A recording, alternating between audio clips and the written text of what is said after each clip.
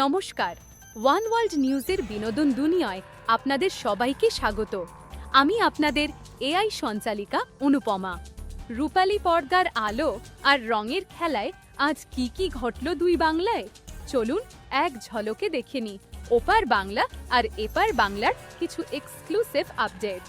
শুরুতেই নজর রাখব কলকাতার দিকে। টলিউডের জনপ্রিয় পরিচালক রাজ চক্রবর্তীকে নিয়ে গত কয়েকদিন ধরে জল্পনা তুঙ্গে ছিল।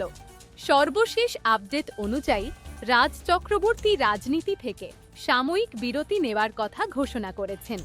তিনি জানিয়েছেন এখন থেকে তার পুরো মনোযোগ থাকবে সিনেমার ওপর।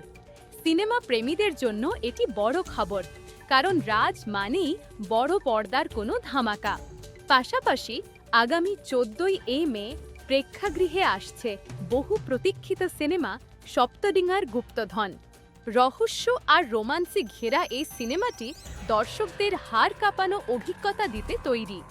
এছাড়া মাসের শেষে অর্থাৎ 28 মে মুক্তি পেতে চলেছে আবেগঘন পারিবারিক গল্প ফেরা।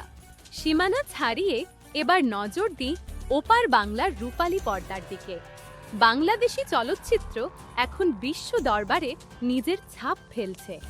রেদওয়ান রনি পরিচালিত এবং আফরান নিশো ও চঞ্চল চৌধুরী অভিনীত সিনেমা দম উত্তর আমেরিকায় রীতিমতো ঝড় তুলেছে। মাত্র কয়েকটি হল থেকে শুরু করে এখন এটি যুক্তরাষ্ট্রের 58টি সিনেমা হলে দাপটের সাথে প্রদর্শিত হচ্ছে।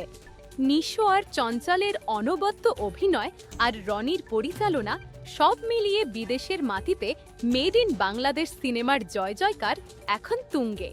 বিনোদন জগতের আরেকটি বড় খবর হলো প্রযুক্তির ব্যবহার। আপনারা হয়তো শুনেছেন গোল্ডেন গ্লোব বা অস্কার কর্তৃপক্ষ ঘোষণা করেছে যে এআই চরিত্রকে পুরস্কার দেওয়া হবে না। মানুষের অভিনয় আর সৃজনশীলতা যে অনন্য, এই সিদ্ধান্ত যেন আবারও তা প্রমাণ করল। অবশ্য আমি এআই হয়েও আপনাদের খবরের সাথে থাকতে পেরে আনন্দিত।